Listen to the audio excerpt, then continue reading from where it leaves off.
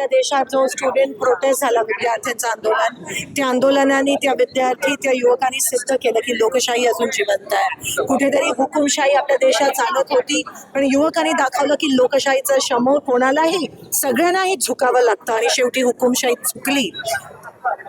शिक्षण मंत्र्यांना राजीनामा द्यावा लागला आणि जे पंतप्रधान आणि गृहमंत्री ज्यांनी एका शांततेत होणाऱ्या आंदोलनावर पेलेट गन, टिअर गॅस आणि लाठीचार्ज, त्या लाठ्यांवर खिळे लावलेले, असं केलं, त्यांना पण हिंमत नाही झाली शेवटपर्यंत पार्लमेंटमध्ये येण्याची.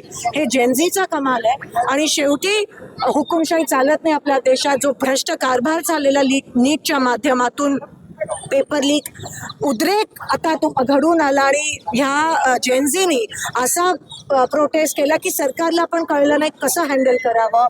जिथे वॉटर कॅनन टाकले तिकडे ते नाचायला लागले, जिकडे बॅरिकेडिंग टाकलं तिकडे त्यांनी स्केटबोर्ड निर्माण केले, जिथे पोलीस लाठी चार्ज करायला आले तिथे ते स्तब्ध होऊन जनगण मन गायला लागले.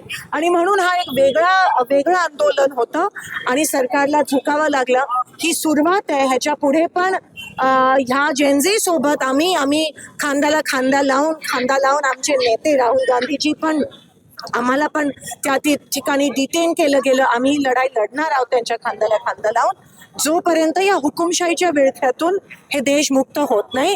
आणि पुन्हा जेनझीनी दाखवलं की लोकशाहीवर चालणारे, संविधानावर चालणारे, शाहू फुले आंबेडकर, शिवाजी महाराजांच्या विचारावर चालणारे, देहांवर चालणारे विचार ह्या देशात जिवंत.